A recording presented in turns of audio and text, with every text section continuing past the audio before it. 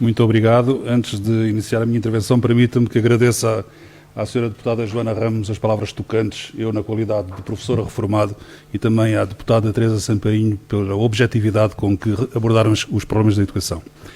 Vou então fazer a minha intervenção. Senhores Presidentes do Conselho e da Assembleia Intermunicipal, Senhores Primeiro Secretário Executivo e Secretário Intermunicipal, Senhores Deputados, Funcionários e Jornalistas, caros concidadãos.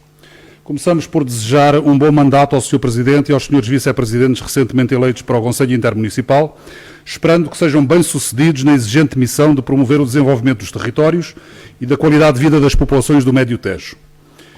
Porque a sua liderança, Sr. Presidente, vai ser decisiva para os resultados a alcançar, gostaríamos de saber como avalia o desenvolvimento económico da nossa sub-região, sabendo-se que em 2021, o último ano estatístico disponível, o Médio Tejo tinha apenas mais 2% de empresas e apenas mais 1% de poder de compra do que 5 anos antes.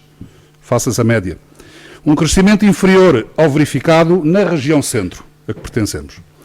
E como avalia, Sr. Presidente, o desenvolvimento social, sabendo-se que, apesar de ter mais 17% de camas hospitalares e mais 26% de médicos no Serviço Nacional de Saúde, continuava a ter, em relação à região centro, metade dos médicos por habitantes, assim como piores taxas de retenção e desistência em níveis críticos de ensino e uma menor percentagem de população com ensino superior. Em matéria de saúde, recordo que no dia 3 de novembro o Sr. Presidente mostrou-se, e cito, muito preocupado, e não era caso para menos, com o fecho das urgências pediátricas no Médio Tejo aos fins de semana e até final do ano, o que obriga, por exemplo, a que crianças doentes ou acidentadas de Abrantes, Sardual ou Mação, tenham de viajar largas dezenas de quilómetros até Santarém. Recentemente, soubemos que uma grávida de 17 anos, da Chamusca, viajou mais de 100 quilómetros durante hora e meia à procura de maternidade, tendo sido enviada de Santarém para Abrantes, já em trabalho de parto, a fazer fé na imprensa. E nos últimos dias ficámos a saber que o Distrito de Santarém ficou, no passado fim de semana, sem uma única urgência de ginecologia, obstetrícia e bloco de partos a funcionar, obrigando as grávidas a deslocarem-se, por exemplo, para o Hospital de Caldas da Rainha, também ele altamente congestionado. Perguntamos, que indignidade é esta? Com que respeito e direitos são cuidados as nossas populações? É assim que se pretende aumentar ou evitar que diminua ainda mais a baixíssima taxa de natalidade dos portugueses? Afirmar-se, Sr. Presidente, que, e cito, felizmente e comparativamente com o que se tem passado em Lisboa e Val do Tejo, as coisas até vão andando sem grandes dificuldades no centro hospitalar do Médio Tejo, fim de citação, é a melhor forma de contrariar o crescente descalabro e de exigir ao Poder Central que respeite as nossas populações e lhes garanta os devidos cuidados de saúde?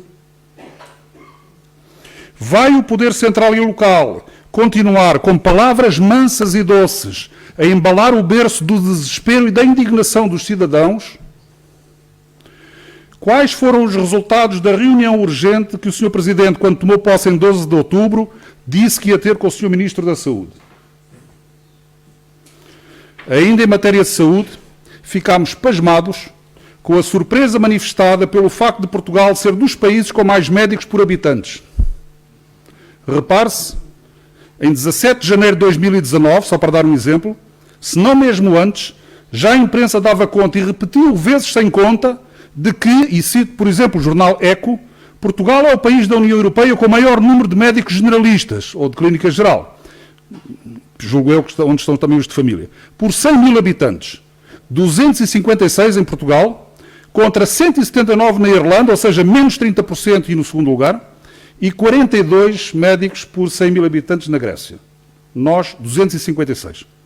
Eu próprio demonstrei aqui, na sessão extraordinária do passado dia 11 de maio, que o Serviço Nacional de Saúde nunca teve tantos recursos como os que tem hoje, designadamente no Médio Tejo, e que os principais problemas existentes no Serviço Nacional de Saúde dever-se-ão provavelmente a má gestão ou má governança e não a falta de médicos e outros recursos essenciais. Como já afirmamos, só faz sentido construir novas USFs e avançar para o modelo de unidades locais de saúde, que nós aprovámos, concordámos, se isso resolver o problema da falta de médicos de família e de adequados cuidados de saúde primários e continuados. Perguntamos, temos essa garantia?